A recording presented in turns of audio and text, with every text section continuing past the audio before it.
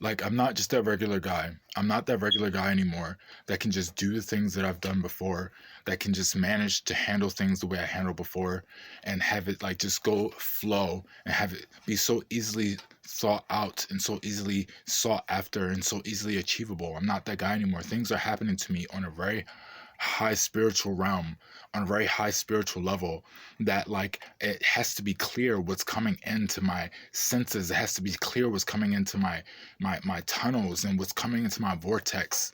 Like it has to be understood. It has to be visceral that these things are for me or not for me, because I react to them anyway. Like having a heart palpitation, or having my eye go blind in one eye, or like having my nostrils completely closed from like some type of like energy or some type of air that just passed me by, having a reaction where my skin turns into rashes all over the place. Like these things are all like on a spiritual level. Like me not being able to like handle doing my hair a certain way, or having to have it a certain way now in particular, because it's asking of me. Like these are the things that are, my body is saying that this is what I need, this is who I am, this is what is my identified space, this is how I coexist with other atoms, with other humans, with other selves on this planet Earth. This is how I coexist, this is how I cohabitate.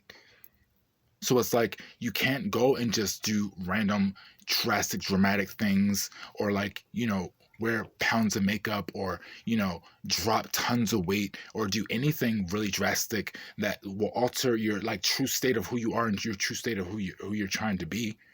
And if you already don't like that, then that's something that you're going to have to deal with even more.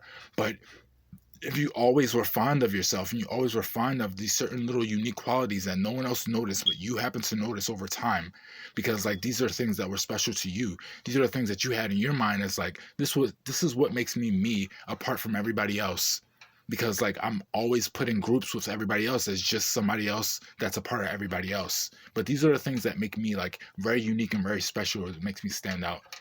And now it's like, no, these are the things that are essentially more so your birthmark and your birthright. And these are the things that, like, in development over time, will identify you as a person, like against another person and against another person that may have the same similar functionalities and features as you, but is not you.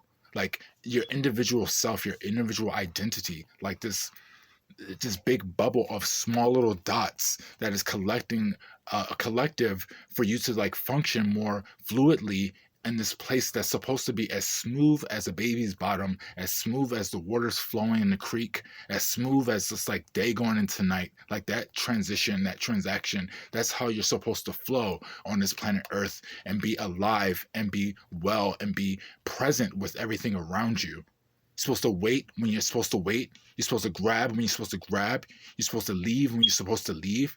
You're supposed to say when you're supposed to say. You're supposed to be silent when you're supposed to be silent.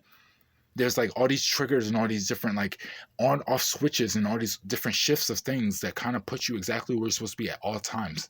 And when it's unnatural, when it's an unnatural state, there's these broad reactions that happen in the universe, all the way down to your soul, all the way down to your bloodstream, all the way down to your facial expressions, to your body reactions, these adverse effects that kind of like say like, wait a minute, hold up, something's not right here.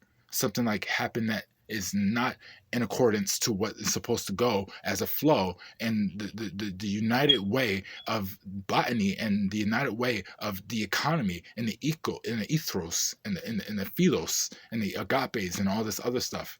It's just something like pushes you out, it ejects you. Just like my body rejects fake things. Like I can't wear fake jewelry. I can't wear fake sterilized silver. I can't wear anything like that. It has to be 100% genuine, 100% authenticated, 100% real.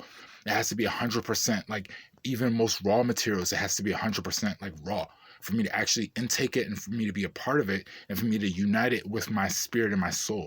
Like not many people can say that, but there's certain people who react very sensitively to certain things right away, just like your face turning red, or just like your nose starting to drain, or just like you're starting to drool out of nowhere, or just like you start to cough out of nowhere, when there's like certain things that like overtake you, and like your spirit DNA kind of kicks in and like, okay, this is my part, this is where I jump in there.